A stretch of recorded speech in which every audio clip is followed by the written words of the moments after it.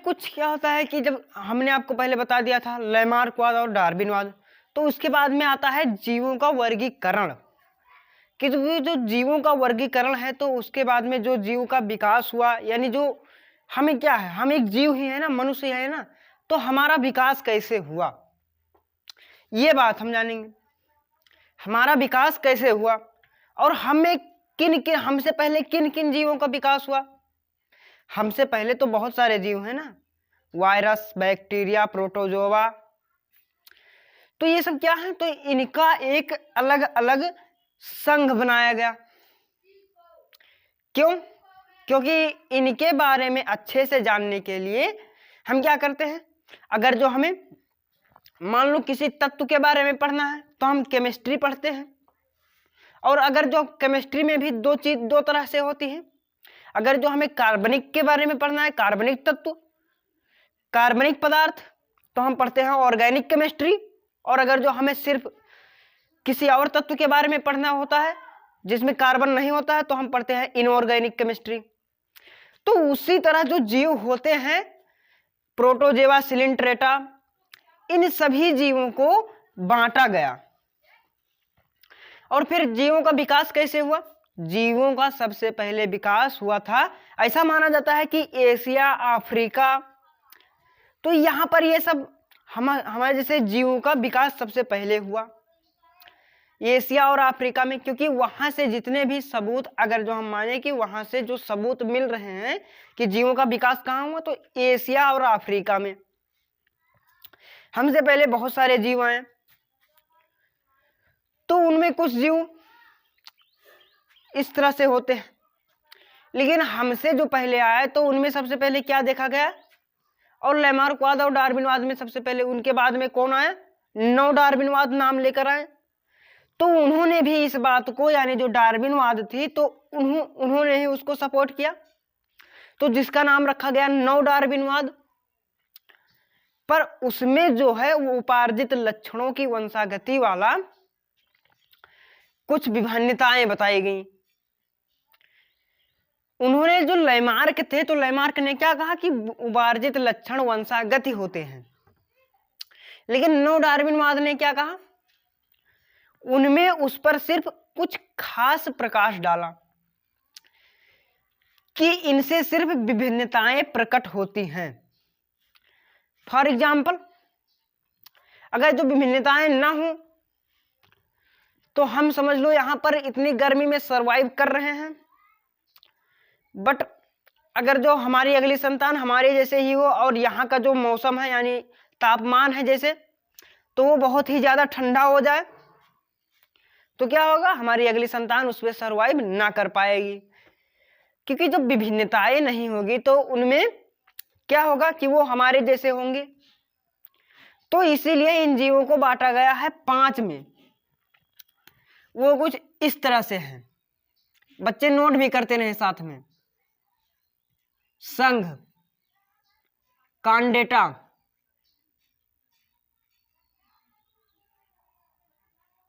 संघ कांडेटा वर्ग स्तनधारी,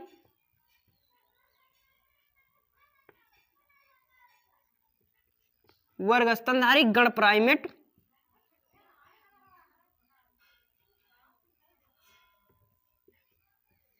उपगण एंथ्रोपोइडिया।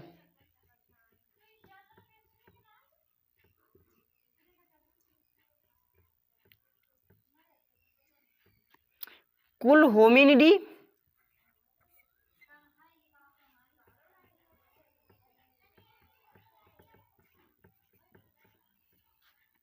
वंश होमो,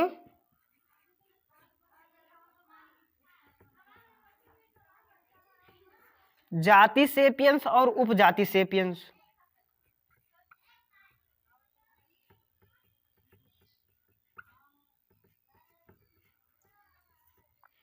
और उपजाति सेपियंस।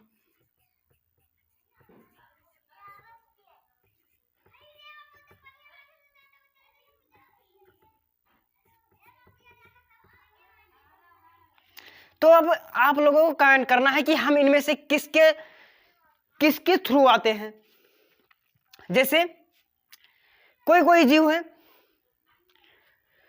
तो हम इनमें से किसके थ्रू आते हैं? संघ कांडेटा के, वर्ग स्तनधारी, गण प्राइमेट, उपगण एंथ्रोपोइडिया, कुल होमिनिडी, वंश होमो, जाति सेपियंस, उपजाति सेमियंस। तो हमारा जो मनुष्य है, मनुष्य का साइंटिफिक नेम क्या है? कमेंट करो जल्द से जल्द, आप लोग कमेंट करो, मैं बता रहा हूं आपको, कमेंट करो जल्दी से। जो मनुष्य है उसका साइंटिफिक नेम यानी वैज्ञानिक नेम कर दिया कमेंट? तो चलिए अब मैं बता रहा हूं, उनका नाम है होमो सेपियंस सेपियंस। इतना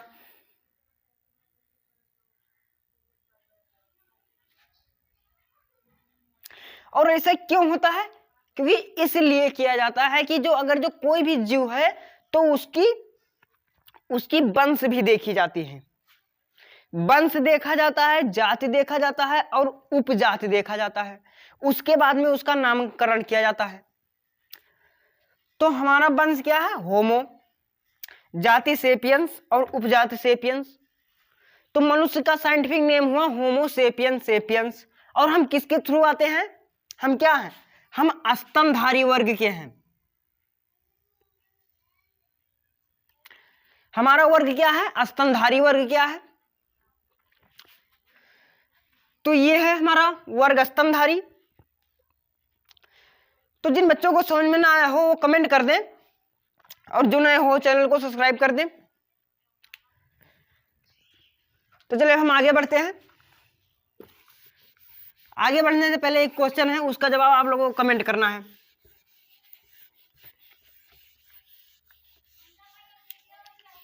कि निम्न में से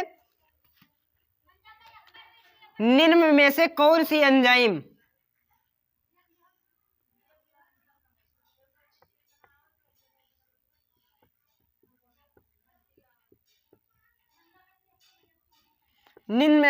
सी एंजाइम कार्बोहाइड्रेट का पाचन करती है?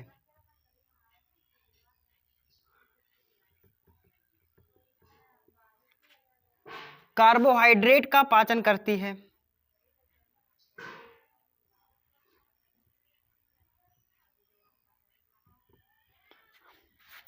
Option A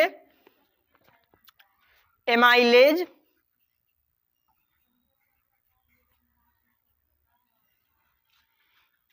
option B trypsin,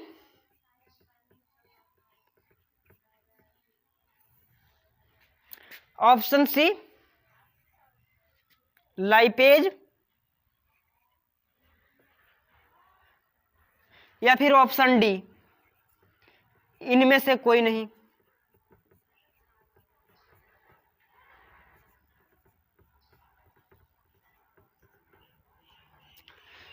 इसका जवाब आप लोगों को कमेंट करना है। और जिन्हें यह नहीं मालूम है वो वीडियो मैंने भी आपको बना दी है, ये लाइफ प्रोसेसेस के चैप्टर से है, पाचन वाले के चैप्टर से, डाइजेटिव सिस्टम से है। तो इसका जवाब आप लोगों को कमेंट करना है। अब हम चलिए आगे बढ़ते हैं।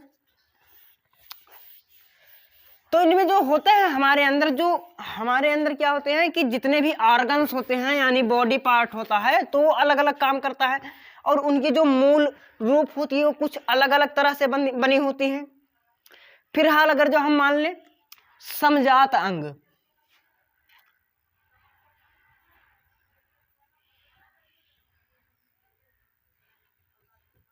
समजात अंग, होमोलॉगस,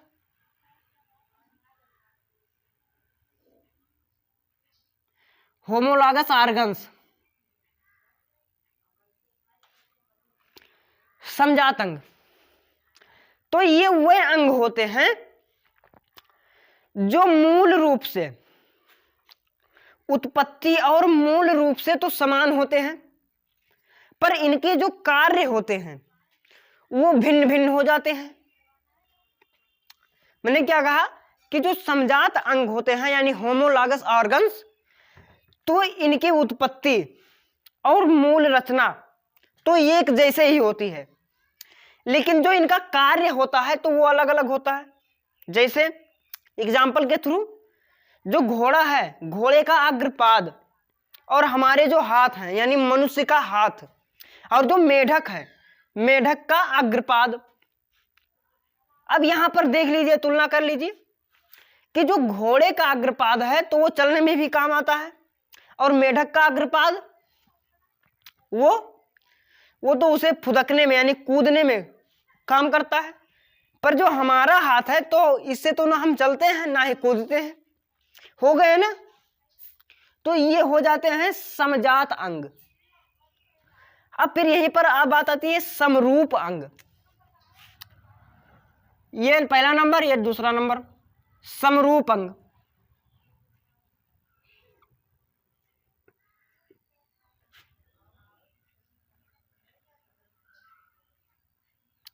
होमोलागस बॉडी,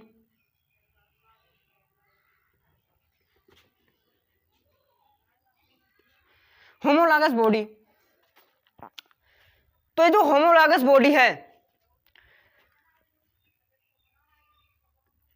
तो जो होमोलागस बॉडी है तो ये कुछ ऐसा होता है कि इनकी जो उत्पत्ति होती है, मूल रूप होता है, मूल संरचना होता है, तो ये अलग अलग होता है। बाकी जो इनके कार्य हैं तो ये कार्य इनके समान होते हैं।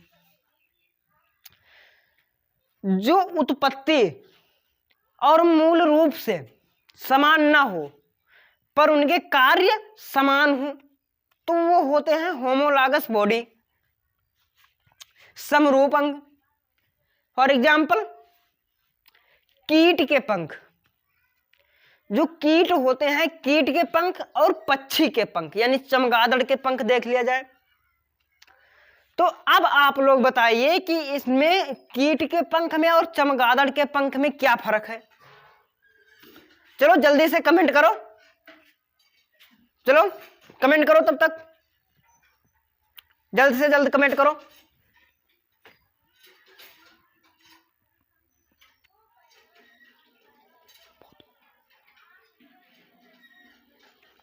चलो जल्दी से जल्द कमेंट करो।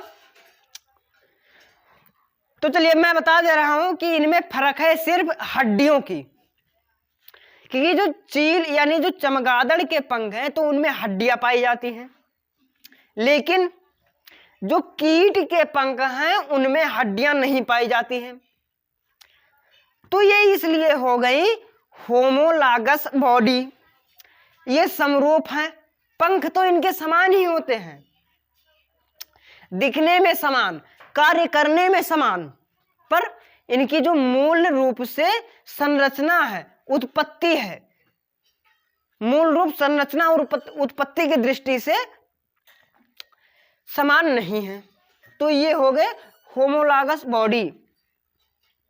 अब जिन बच्चों को समझ में ना आया हो वो कमेंट करें, और जो नए हो चैनल को सब्सक्राइब कर दें और वीडियो को लाइक कर दें। तो ये है। अब इसमें से ये क्वेश्चन पूछ लिया जाता है कभी कभी कि ऐसा क्या कारण है कि जो बाघ हैं तो बाघ की उनकी वंशज को कमी क्यों आ रही है, बाघों की कमी क्यों हो रही है, बाघ की कमी क्यों हो रही है। तो इसका आंसर होता है कि जो बाघ होते हैं तो बाघ के डीएनए में, उनके डीएनए में विभिन्नताएं, वेरिएशन कम होती हैं और बहुत ही ज्यादा कम होती हैं, जिसके कारण क्या होता है कि जो बाघ हैं तो वो सर्वाइवल नहीं हो पाते। और बाघ सर्वाइव कब कर पाते हैं, जब पूरी तरह से जंगल होती है, जंगल पूरा तरह से होता है। बट क्या हो रहा है इसमें कि जंगलों की अंधाधुंध कटाई हो रही है, जिसके कारण जो बाघ हैं तो वो सर्वाइव नहीं कर पा रहे हैं। इसी कारण उनकी प्रजातियां धीरे धीरे खत्म होती जा रही हैं। और खास कारण एक और है उनमें कि जो उनके डीएनए के जीन में, मैंने क्या कहा, उनके डीएनए के जीन में परिवर्तन नहीं हो पा रहा है, विभिन्नताएं नहीं पाई जाती हैं ज्यादा। अगर जो बहुत ज्यादा विभिन्नताएं हो गई तो भी एकदम थोड़ा सा विभिन्नता, क्योंकि हम में क्या होता है, हम लोगों में सबसे ज्यादा विभिन्नताएं पाई जाती हैं। सबसे ज्यादा विभिन्नता किस में पाई जाती है, मनुष्य में। कैसे? अब अपने आप ही सोच लीजिए, कोई भारतीय है, कोई पाकिस्तानी, कोई अफ्रीकी, कोई एशियाई, ठीक, तो कोई अमेरिकी। तो इस तरह से हो गई, हम लोगों में कितनी विभिन्नताएं होगी, बहुत ज्यादा। पर टाइगर यानी जो बाघ होते हैं, तो हर जगह के बाघ सिर्फ एक ही जैसे होते हैं। वो बात अलग है कि कोई सफेद बाघ होता है, पीला बाघ होता है, या चित्ती वाला होता है, क्योंकि उनकी अलग अलग प्रजातियां होती है ना। बाघों के भी कई प्रजातियां होती हैं, तो उन प्रजातियों के अनुसार अपनी जो प्रजातियां हैं तो उन्हीं के अनुसार होगा। तो इसलिए बाघों की कमी धीरे धीरे हो रही है। अब जिन बच्चों को समझ में ना आया हो वो कमेंट कर दें, और जो नए हो वो चैनल को सब्सक्राइब कर दें, ताकि हमारी नोटिफिकेशंस आप तक पहुंचती रहे। तो फिर अब इसके बाद में एक क्वेश्चन और बनता है, पूछा जाता है, और ये पूछा ही जाता है कि क्या कारण होता है कि हीमोफीलिया बीमारी में कटे हुए स्थान पर थक्का नहीं जमता। क्या कहा मैंने कि इसका क्या कारण है कि जो कटे हुए स्थान पर कटे हुए स्थान पर रक्त का थक्का नहीं बनता। थक्का का मतलब जो ब्लड है, अगर जो कोई जगह कट जाए तो उस पे वहां पर जो ब्लड है वो लॉस होता ही रहता है, यानी जो ब्लड है वो बहना बंद नहीं होता, जिसके कारण उसे हम कहते हैं थक्का ना जमना। तो ये किसके कारण से होता है? चलो जल्दी कमेंट करो, ये मैंने आपको पढ़ा दिया है। जिन बच्चों को समझ में ना आया वो कमेंट कर दें, और जल्दी से कमेंट करो ये किसकी वजह से होता है। ठीक, तो जिन्हें ना समझ में आया वो कमेंट करो, जल्दी से जल्द इसे बताओ।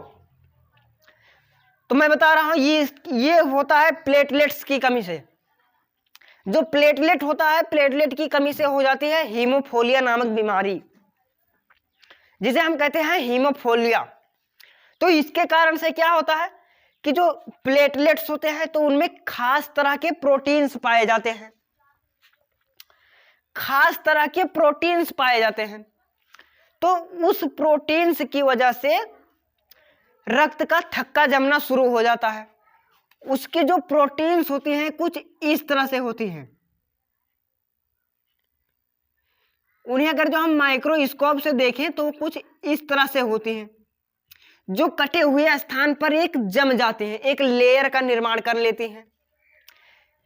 ये तो होती हैं छोटी ही छोटी, ये तो मैंने फिलहाल बड़ा बना दिया है, लेकिन ये होती हैं छोटी छोटी। और जब ये कटे हुए स्थान पर ये अपने आप से एक दूसरे से जुड़ जाती हैं, और उस स्थान पर एक लेयर का निर्माण कर देती हैं, एक मोटे लेयर का।